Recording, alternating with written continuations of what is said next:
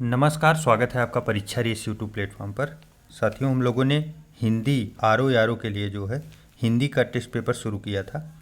पहले सेट में हम लोगों ने 30 प्रश्न देखा। आज जो है दूसरा सेट शुरू होने जा रहा है, जिसमें हम लोग प्रश्न संख्या 31 से लेकर 60 तक देखेंगे। तो अभी तक आपने पहला सेट नहीं देखा है तो चैनल की प्लेलिस्ट में जाके देख सकते हैं। वहाँ प्लेलिस्ट बना दी गई है और क्रम से वहाँ प्रश्न लगा दिए गए हैं। तो चलिए देखते हैं। आज का प्रश्न है, निम्नलिखित में कौन निश्चल का अर्थ नहीं होता। निश्चल का अर्थ इसमें से कौन सा नहीं होता, तो आइए देखते हैं। पहला है, जो अपने स्थान से हिल न सके। तो ये तो सही है, जो अपने स्थान से ना हिल सके उसे निश्चल कहा जाएगा। अचल भी होता है, जो अपने कहीं स्थान से चल नहीं रहा है, अचल है। और स्थिर भी निश्चल का अर्थ होता है। तो जो सही जवाब है वो है निश्चित। निश्चित जो है वो निश्चल का अर्थ नहीं होता। निश्चित मतलब किसी कार्य का निश्चित हो गया, ऐसे कुछ निश्चित हो गया, लेकिन चलने से रिलेटेड नहीं है। नेक्स्ट है, जानने की इच्छा रखने वाला। देखिए, जितनी इच्छाएं रखने वाले होते हैं ना, ये काफ़ी महत्वपूर्ण होते हैं प्रश्न। तो इसमें से बताइए आप लोग, जानने की इच्छा रखने वाले के लिए एक शब्द कौन सा प्रयोग होगा। तो देखिए, जानने की इच्छा रखने वाला अर्थात जिज्ञासु होता है, जिज्ञासु।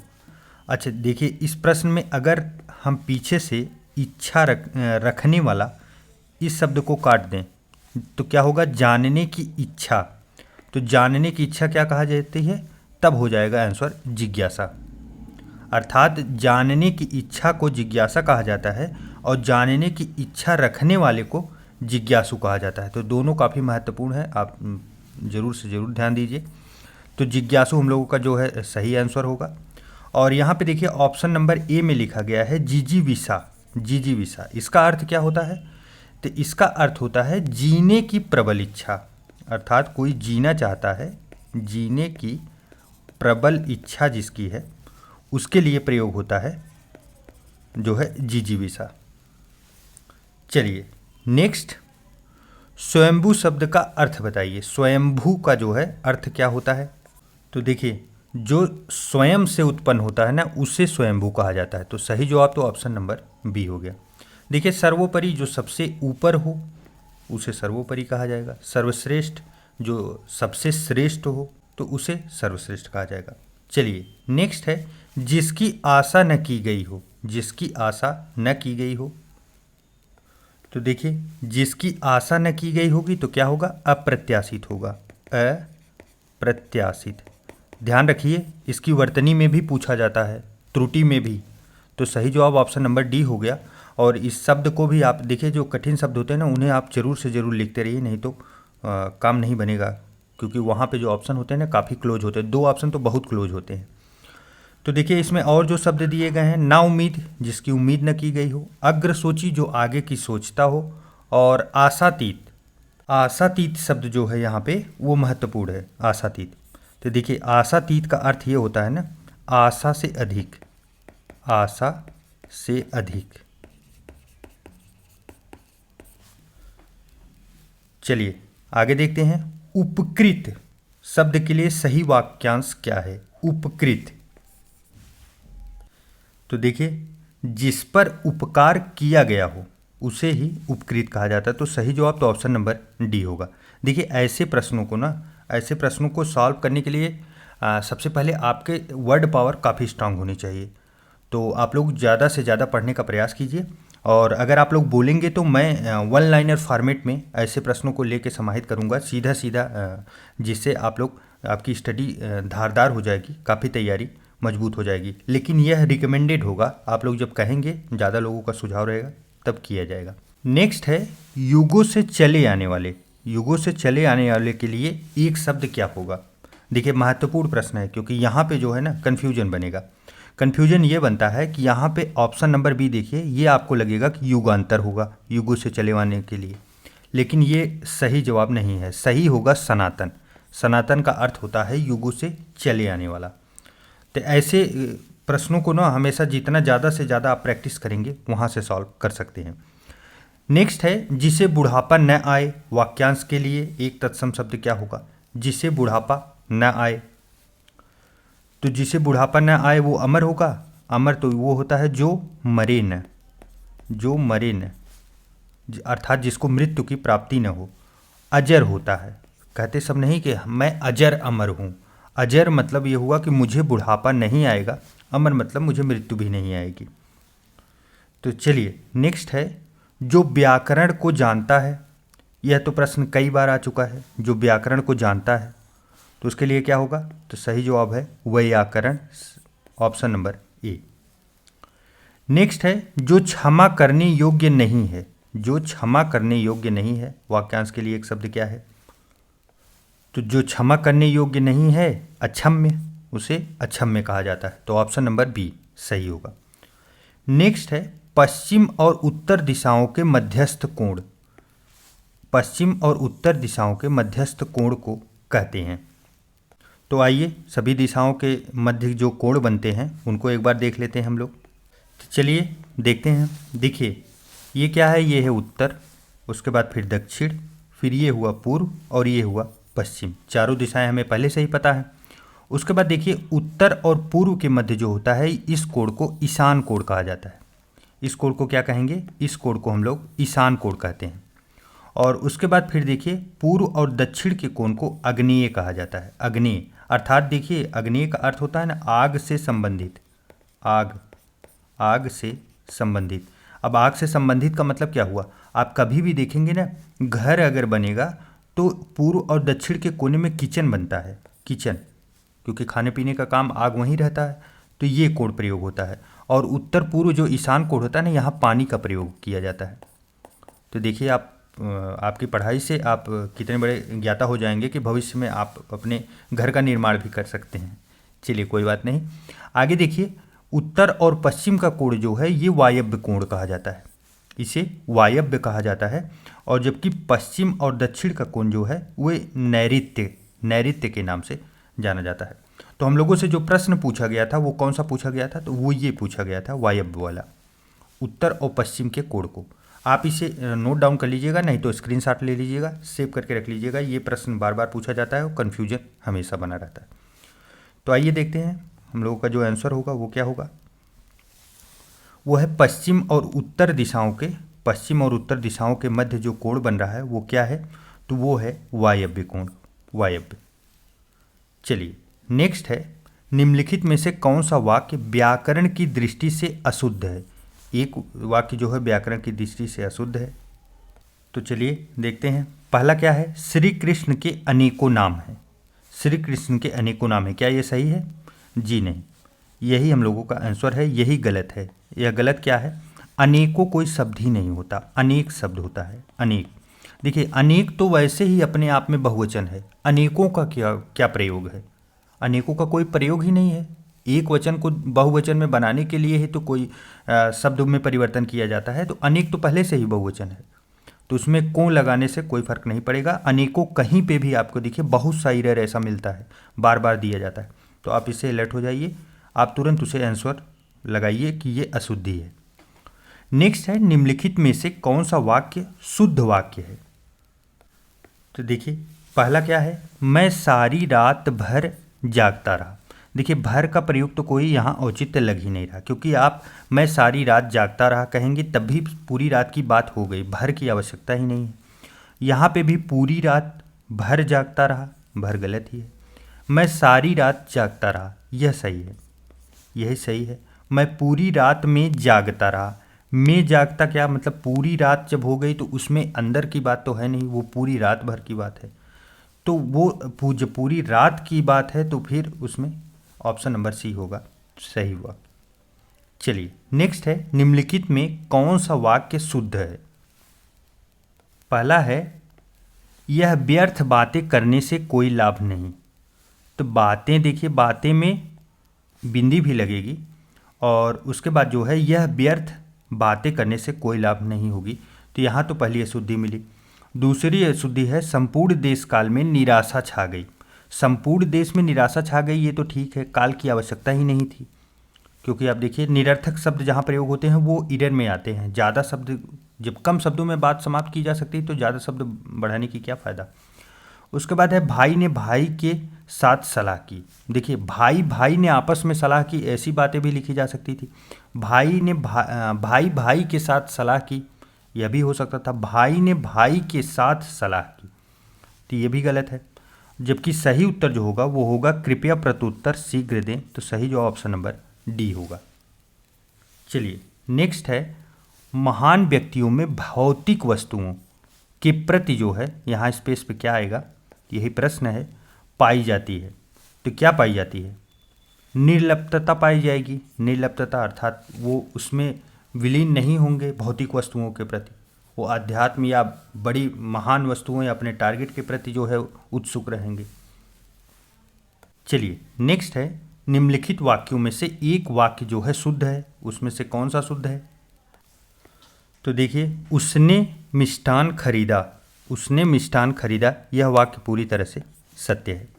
जबकि देखिए, भोजन बहुत गरिष्ठ है, गरिष्ठ नहीं होता, गरिष्ठ होता है, गरिष्ठ का प्रयोग होता है, ट का प्रयोग नहीं होता।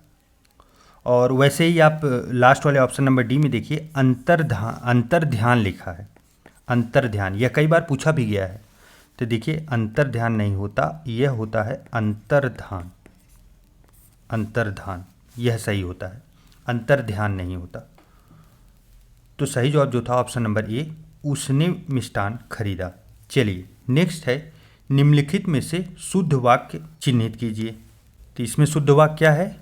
उसके प्राण निकल गए, उसके प्राण जो है वो निकल गए, यही सही है। चलिए नेक्स्ट है, देखिए शब्दों को शुद्ध करने के लिए दिया गया है, एक शब्द दिए गए हैं जो हाईलाइटेड हैं, अंडरलाइन किए गए हैं, उनको जो है शुद्ध करने के लिए बताया गया है कि कौन से ऑप्शन सही हैं। अनुशासन के अभाव में विद्यार्थियों ने उच्च श्रृंखलता आती है। तो इस प्रश्न में जो है उच्च श्रृंखलता जो है कैसे लिखा जाएगा, कौन सा सही है? तो देखिए, सही जो ऑप्शन नंबर ए वाला है, ए वाला ही प्रयोग होगा।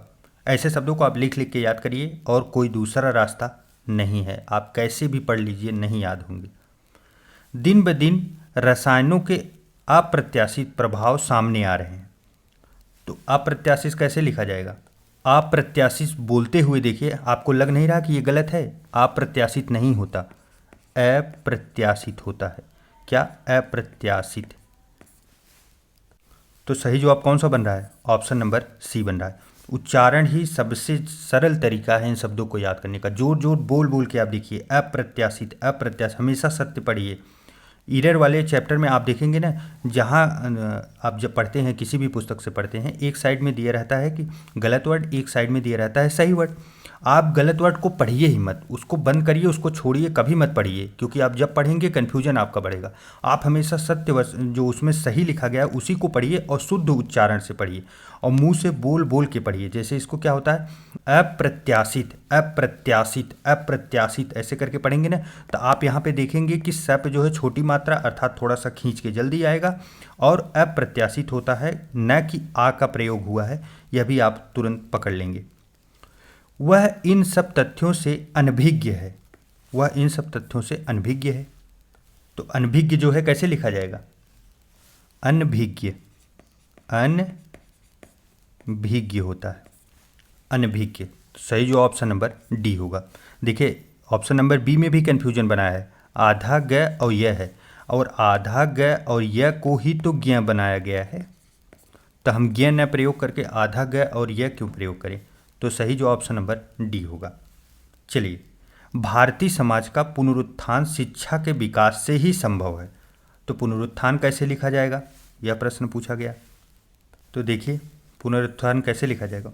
अच्छा, आप लोग ये जानते हैं कि नहीं, र पे जो प्रयोग होता है, र पे छोटी ऊ और बड़ी ऊ का अंतर अलग होता है। देखिए, आप कभी कभी ऐसे मिलेगा आपको, यह क्या है, ये छोटी ऊ का प्रयोग हुआ है र में, और जबकि जब आप देखेंगे कि र में ऐसे प्रयोग हो, ये क्या है, ये बड़ी ऊ का प्रयोग हुआ है र में।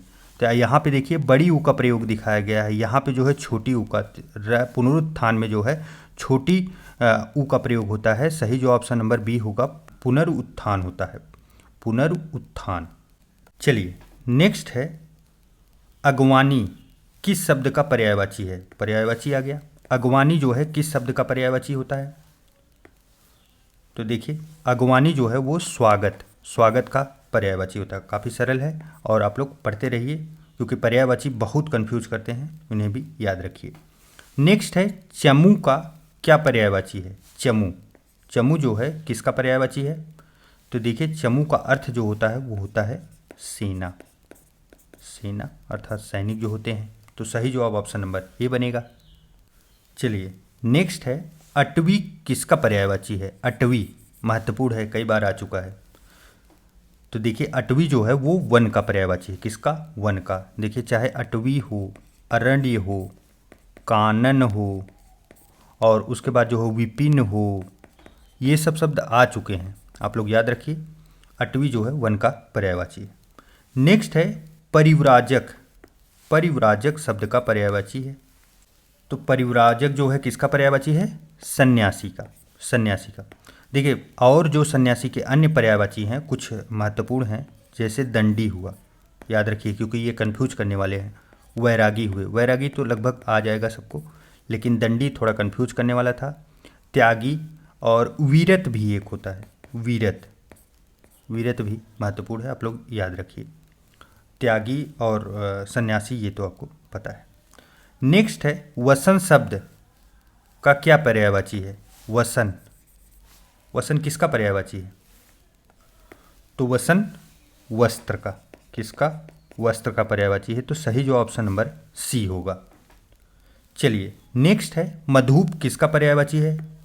मधुप महत्वपूर्ण है ये। मधुप किसका है? तो ये भ्रमर का है। भ्रमर। भ्रमर अर्थात जिसे ना भौंरा कहा जाता है। भौंरा। भौंरे को मधुप कहा जाता है। तो सही जो ऑप्शन नंबर डी होगा। और यहाँ पे देखिए ना एक शब्द दिया है नीरद। नीरद। नीरद किसे कहते हैं? नीरद बादल को। बादल को कहते हैं। इसमें देखिए हो क्या रहा है पर्यायवाची में, वर्ड मीनिंग जितनी स्ट्रांग है उतना आसानी से आप करेंगे। तो वर्ड मीनिंग स्ट्रांग करने के लिए आप ज़्यादा से ज़्यादा शब्दों को पढ़िए। चलिए नेक्स्ट है चपला शब्द का निम्नलिखित में से कौन सा पर्यायवाची नहीं है? नहीं है पूछा गया है, अर्थात एक गलत है, बाकी सब चपला के पर्यायवाची हैं। चपला का अर्थ क्या होता है? चपला का अर्थ होता है विद्युत। तो विद्युत से कौन कौन से हैं? विद्युत हुआ, दामिनी हुआ, बिजली हुआ, ये तीनों चीज़ विद्युत के हो गए। उसके बाद दीप जो है वह नहीं है। तो सही जवाब जो बनेगा ऑप्शन नंबर बी बनेगा। दीप जो है चपला का पर्यायवाची नहीं है। नेक्स्ट है निम्न में से कौन सा शब्द जो है पुत्री का पर्यायवाची नहीं है? पुत्री। तो देखिए सुता। पहला क्या है? सुता। सुता मीन्स जो है पुत्री होता है, सही है। आत्मजा मीन्स भी पुत्री होता है, यह भी सही है। और तनया मीन्स भी पुत्री होता है। तनुज मीन्स जो है पुत्री नहीं होता, तनुज। अगर यही तनुजा होता तब पुत्री हो जाता। तनुजा अर्थात जो है पुत्री। लेकिन यहाँ पे जो है तनुज लिखा है, तनुज का क्या होता है? तनुज का जो है वो क्या होगा? वो होगा पुत्र। तनुज का होता है पुत्र। चलिए नेक्स्ट है आरसी शब्द का पर्यायवाची है। आरसी जो है, आरसी शब्द का पर्यायवाची इसमें से कौन सा है? तो देखिए आरसी जो है ना ये दर्पण का पर्यायवाची है। किसका? दर्पण का। अच्छा आरसी के दो एक महत्वपूर्ण जो लगभग याद नहीं होते सबके, वो आप देखिए प्रतिमान। प्रतिमान होता है। शीशा हम लोग जानते ही हैं। मुकुर। मुकुर महत्वपूर्ण है, आप लोग याद रखिए क्योंकि इसको सुनने के बाद लग नहीं रहा है कि ये आईना या दर्पण का होगा। आईना, शीशा, दर्पण ये सब तो जानते हैं। आरसी खुद महत्वपूर्ण है, इसे भी आप लोग याद रखिए। नेक्स्ट है निम्न में से कौन सा शब्द समूह का पर्यायवाची नहीं है? अर्थात जो है प्रश्न में क्या पूछा गया है? समूह का पर्यायवाची इसमें से कौन कौन से तीन हैं और कौन एक जो है वो समूह का पर्यायवाची नहीं है? तो देखिए समूह का जो पर्यायवाची है वो समुदाय तो होता ही है, वृंद भी होता है और झुंड भी होता है। झुंड अर्थात समूह। अनीक जो है, अनीक शब्द यही सही है, यही समूह का पर्यायवाची नहीं होगा, बल्कि अनीक का अर्थ क्या होता है? सेना। सेना होता है। चलिए साथियों, इस प्रकार हम लोगों ने 30 प्रश्नों की आज श्रृंखला समाप्त कर ली। यह वीडियो आपको कैसा लग रहा है कमेंट करके ज़रूर बताइएगा। और ज़्यादा लोग फीडबैक नहीं देते हैं तो फिर डीमोटिवेशन मिलता है कि शायद वीडियो अच्छा है कि नहीं है, कुछ समझ में नहीं आता। लेकिन फिर भी आप जैसा हो प्रयास ज़रूर कीजिए और ज़रूर बताइए हमको कि यह सीरीज़ कंटिन्यू रखी जाए कि नहीं। चलिए मिलते हैं एक नए वीडियो में, तब तक के लिए ढेर सारा प्यार। नमस्कार।